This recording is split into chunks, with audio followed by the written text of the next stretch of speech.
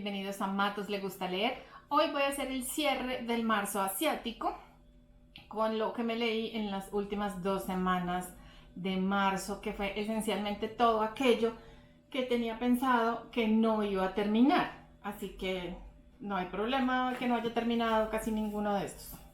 El primero del que les voy a hablar es Strange Tales from a Chinese Studio de Pu Songling.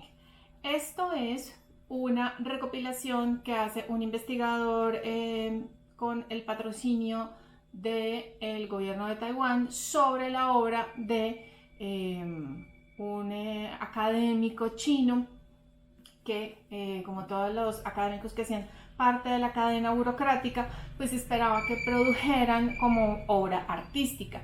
Y este señor lo que hace es dedicar su vida a encontrar historias de fantasmas, historias como de lo desconocido, como de demonios y como toda esta imaginería que pobla como el infierno y el paraíso chinos, pues que no son para nada parecidos al occidental, sino que tienen que ver también como con unas jerarquías en cada uno de los lugares en los que uno está. Entonces, está muy bien traducido, la traducción es súper generosa con el lector en la medida en que intenta modernizar muchas de las cosas para que uno pueda entenderlo. Las historias varían de cortas a largas en lo que ustedes quieran, pero tiene un detalle muy encantador y es que cada una de las historias está ilustrada. Entonces esto le permite a uno crearse un imaginario más claro, porque tal vez el imaginario chino no sea tan popular en muchos lectores como pasa, no sé, con el europeo, con el americano, con el medio oeste americano, con Japón y los samuráis.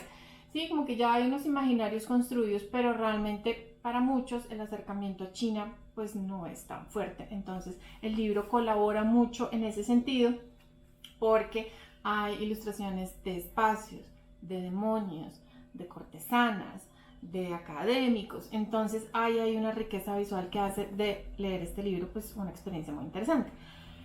Lo que pasa, y como ya lo he confesado miles de veces en este canal, yo soy pésima para las historias cortas.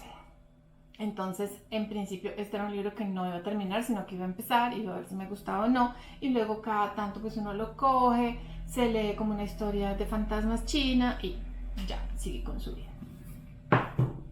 Lo siguiente que me leí fue El secreto del alma número 10. Esto es de Yusa 1, traducido por Pablo Evia. Esto es de una editorial independiente, cuyo nombre acabo de olvidar, pero les voy a poner aquí abajo.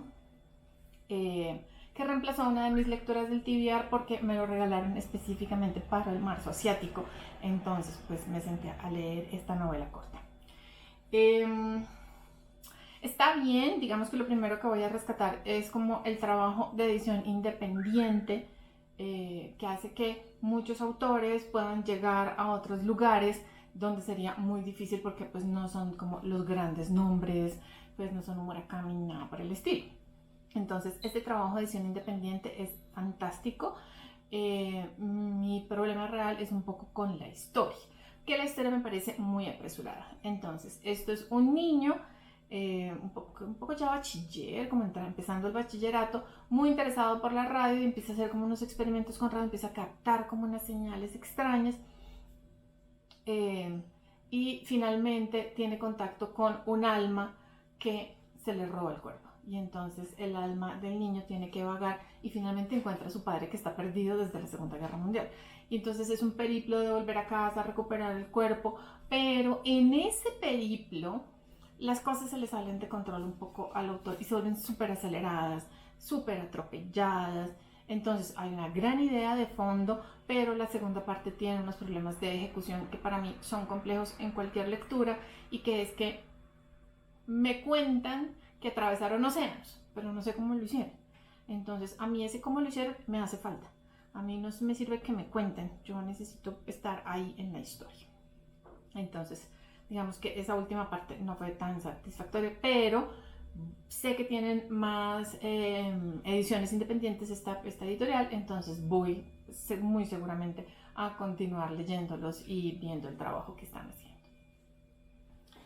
Y los tres últimos son como una especie de paquete, ¿sí? Porque por un lado está este Espantos Japoneses, que es una edición del año pasado, de Cajón Desastre, ilustrado por María Isabel Rueda, con una presentación de María Lucía Correa, y trae 3 cuentos. Lafcadio Hearn fue un viajero, la quinta esencia del viajero del siglo XVIII. Fue a Japón, se enamoró del país, se casó con una japonesa, adquirió un nombre japonés y empezó a recopilar toda una serie de relatos, muchos de tradición oral, que por la influencia ya de los Estados Unidos y de la apertura de Japón a Occidente y de los británicos, de los portugueses, pues estaba empezando como a desaparecer esta tradición oral reemplazada por la modernidad y los trenes. Entonces él hace como toda una recopilación de estas historias y las traduce al inglés, y lo que hace esta gente es coger 3 historias de yokais y hacer una traducción, y hacen una edición. Esta edición es de verdad muy muy bonita y tiene una cosa realmente bella, y es esta, que cada una de las historias viene ilustrada con 3 paneles, ¿sí? Cada una trae su edición. Como toda colección de cuentos, pues hay unos que le gustan más a uno y hay otros que le gustan menos. A mí el primero, Mujina, me pareció que está bien, ya, no me parece nada más. Pero los 2 siguientes, Niminashi Hyochi y Yuki Onna, me parecieron bellísimos. El segundo tiene que ver con la tragedia de los Heike, que es lo que gira el Ugetsu Monogatari. Que son estos samuráis que se ahogan en el agua, y bueno, es una cosa muy muy bonita. Y la siguiente es una cosa atmosférica que tiene que ver con los fantasmas de la nieve, es la cantidad de nieve que cae en Japón, que transforma completamente el paisaje. Entonces la historia es muy muy atmosférica, muy bella. Yo creo que en todo es un gran éxito, no solo por lo bella de la edición, sino por la selección de las 3 historias finalmente. Y para acompañar este pequeño libro, porque como ven es muy muy chiquitico, me compré estas 2 monstruosidades. Yo leo mucha literatura japonesa, y los yokai son como una especie de espíritus, una especie de fantasmas, una especie como de demonios. Son muchas cosas, y a la vez son esa cosa única que es el yokai. Y esto es una enciclopedia finalmente. Lo que hace este señor, que no me acuerdo cómo se llama, esperen, les busco porque es que no hay nada más importante, de Shigeru Mizuki, es un ilustrador muy famoso, y entonces él lo que hace es, en términos puros de enciclopedia, es decir, el bicho, su descripción y otra ilustración, hablarnos de los yokai a lo largo y ancho de Japón. Para hacerlo, entonces, hay un nombre, una descripción, y hay como un ejemplo de cómo este yokai se manifiesta de manera particular. Y el primer tomo cierra con un glosario de términos que es importante, pues sobre todo cuando uno se enfrenta a la literatura japonesa por un comienzo, pero tiene esto que es muy muy bonito, y es que antes había más prefecturas en Japón. Entonces hay un mapa del Japón antiguo, porque cada descripción le dice a uno en qué región aparece de manera particular ese yokai, y luego hay un mapa del Japón moderno, para que uno pueda ver, más o menos entender en un mapa del Japón moderno dónde es que estaban ocurriendo estas cosas.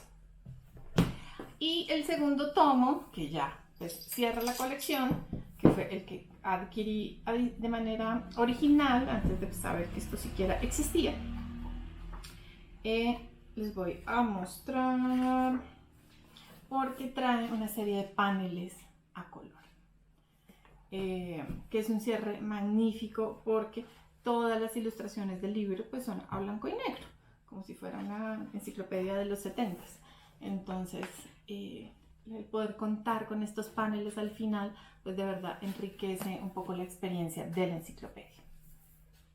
Y con eso cierro mi marzo asiático. Espero que ustedes también hayan leído mucho. Si han leído alguno, pero sobre todo si tienen recomendaciones de libros con yokais como protagonistas, se los agradecería. O sea, como que el yokai aparezca en la historia, porque me parecieron historias muy bonitas, me parecieron sobre todo historias muy atmosféricas, muy del relacionarse con el entorno y con la naturaleza, y eso me pareció muy bello.